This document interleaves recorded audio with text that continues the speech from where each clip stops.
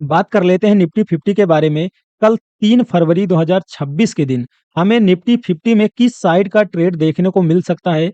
कल मंगलवार है, तो कल निफ्टी 50 की एक्सपायरी भी है।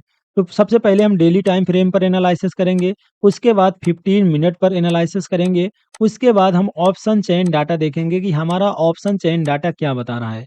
तो बात कर लेते हैं पहले हम डेली टाइम फ्रेम पर। ये हमारा डेली टाइम फ्रेम का चार्ट है। तो यहाँ पर आप देखोगे तो कल बजट का दिन था। यहाँ पर बजट के दिन ही निफ्टी 50 में लगभग 850 पॉइंट की गिरावट देखने को मिली थी। इससे ज़्यादा ही गिरावट देखने को आपको मिली थी। ये जो बड़ी वाली रेड कैंडल है, ये कल की है, यानी बजट के दिन की ही कैंडल है। तो सबसे पहले इस कैंडल का जो हाई है और इसका जो ये लो है, सबसे पहले हमें इसको मार्क कर लेना है। क्योंकि इसका जो हाई है, ये हमारे लिए एक इम्पोर्टेंट रेजिस्टेंस है और ये जिसका लो है, ये हमारे लिए एक इम्पोर्टेंट सपोर्ट है। यानी ये हाई रेजिस्टेंस की तरह काम करेगा और ये जो इसका लो है, ये हमारे लिए एक इम्पोर्टेंट सपोर्ट की तरह काम करेगा। यहाँ पर देखोगे तो प्राइस क्या हुआ था, यहाँ से प्राइस ऊपर गया था और यहाँ पर रेजिस्टेंस लेकर, यानी पहला रेजिस्टेंस बनाया, उसके बाद प्राइस नीचे आया, फिर से यहाँ पर प्राइस जाता है और दूसरा रेजिस्टेंस क्रिएट करता है, फिर से प्राइस यहाँ पर देखोगे तो यहाँ पर प्राइस तीसरा यानी रेजिस्टेंस लेकर के प्राइस में एक तगड़ी गिरावट देखने को मिली। तो यानी एक रेजिस्टेंस, दो रेजिस्टेंस और 3 रेजिस्टेंस, यानी 3 बार यहाँ पर रेजिस्टेंस लिया है प्राइस। तो ये जो लेवल है, यानी जो 25,443 का लेवल है ना, ये हमारे लिए एक इम्पोर्टेंट रेजिस्टेंस है। ये हमारे लिए एक इम्पोर्टेंट रेजिस्टेंस है। यहाँ पर एक चीज़ अगर आप और नोटिस करो, तो यहाँ पर देखोगे तो एक इम्पोर्टेंट ट्रेंड लाइन भी है यहाँ पर। ये इम्पोर्टेंट ट्रेंड लाइन है जो कि एक इम्पोर्टेंट रेजिस्टेंस की तरह काम कर रही है। प्राइस क्या हुआ था? यहाँ से रेजिस्टेंस लेकर के नीचे आया था, फिर से रेजिस्टेंस लेकर के प्राइस नीचे आया था और फिर से रेजिस्टेंस लेकर के प्राइस नीचे आया है। तो यानी 3 टाइम्स यहाँ पर हॉरिजॉन्टल का रेजिस्टेंस लिया था और 3 टाइम्स यहाँ पर ट्रेंड लाइन का रेजिस्टेंस लेकर प्राइस नीचे आया है। देखो कल यहाँ मैंने कल आपको बताया था कि यहाँ पर एक ग्रीन कैंडल बन सकती है और ग्रीन कैंडल बनी भी, तो कल यहाँ पर एक और मार्केट हो सकता है कि ग्रीन कैंडल बनाए, क्योंकि देखो यहाँ पर एक ग्रीन कैंडल बन सकती है। ये जो ट्रेंड लाइन है, पहला हमारे लिए यही ट्रेंड लाइन का रेजिस्टेंस होगा। अगर इस ट्रेंड लाइन का ब्रेकआउट मार्केट इसके ऊपर निकलता है, तो ये जो 25,443 का ये रेजिस्टेंस है, ये वेरी स्ट्रॉन्ग रेजिस्टेंस है। यहाँ पर अगर यहाँ से हो सकता है कि अगर यहाँ पर यहाँ पर अगर ग्रीन कैंडल मार्केट बनाता है, तो हो सकता है कि इस ट्रेंड लाइन का रेजिस्टेंस लेकर के प्राइस वापस से नीचे आए।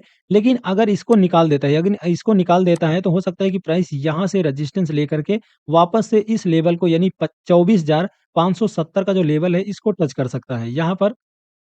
तो यहाँ पर एक चीज़ ध्यान देना, कल यहाँ पर एक ग्रीन कैंडल बन सकती है, पहला रेजिस्टेंस ये ट्रेंड लाइन, और उसके बाद ये अगर इसको निकालता है, तो ये 24,443 का जो इम्पोर्टेंट रेजिस्टेंस है ही मार्केट में। तो ये चीज़ें अब हम बात कर लेते हैं 15 मिनट के टाइम फ्रेम पर। अगर आप 15 मिनट के टाइम फ्रेम पर देखोगे, तो यहाँ पर एक हैमर कैंडल बनी, उसके बाद मार्केट में अच्छी खासी बाइंग देखने को मिली। तो अभी प्राइस यहाँ इस लेवल पर है, बट यहाँ पर आपको एक चीज़ देखना ज़रूरी है कि यहाँ पर प्राइस जिस लेवल पर है, इसके जस्ट ऊपर ही यहाँ पर एक इम्पोर्टेंट रेजिस्टेंस भी है। मैं थोड़ा-सा इसको मार्क कर लेता हूँ।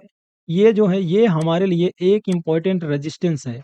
यानी जो 25,140-44 के अप्रोक्स है, ये हमारे लिए एक इम्पोर्टेंट रेजिस्टेंस है।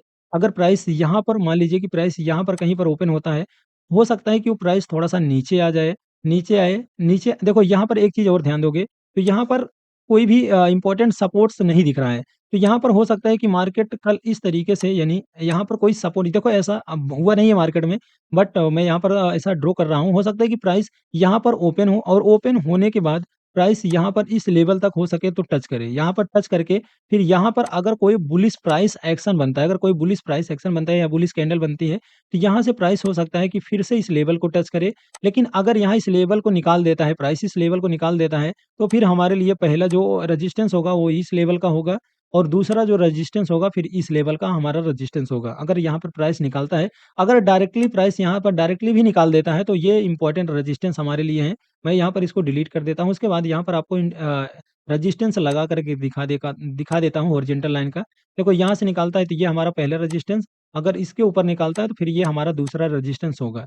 यहाँ पर अब ये तो रहा ऊपर का, अगर मार्केट मान लीजिए मैंने आपको बताया कि यहाँ से निकलता है तो ये पहले रेजिस्टेंस है, अगर यहाँ से आता है और यहाँ पर कोई बुलिश प्राइस कैंडल बनाता है उसके बाद मार्केट जाता है, तो हो सकता है कि यहाँ से नीचे आ सकता है, लेकिन अगर इस लेवल को निकालता है तो फिर ये रेजिस्टेंस है और हो सकता है कि अगर मार्केट ना जाए तो इसी के बीच में टाइम बिताए, यहाँ पर टाइम बिताए। ये तो रहा ऊपर का, लेकिन अगर मार्केट यहाँ पर अगर इस लाइन को यानी हो सकता है कि यहाँ पर आए और यहाँ अगर इस लाइन को ड्रॉ यानी इस लाइन का ब्रेक डाउन कर देता है, तो यहाँ पर ये हमारे इंपॉर्टेंट सपोर्ट्स होंगे। क्योंकि यहाँ पर देखोगे तो प्राइस में एक अच्छी बाइंग देखने को मिली थी, फिर से यहाँ पर प्राइस आया, फिर से एक अच्छी बाइंग देखने को मिली थी। तो कहीं न कहीं अगर इसके डाउन साइड आता है तो ये हमारा एक इंपॉर्टेंट सपोर्ट होगा, लेकिन अगर मैंने आपको ऊपर का बता ही दिया है, तो ये रहा 15 मिनट के टाइम फ्रेम का एनालिसिस।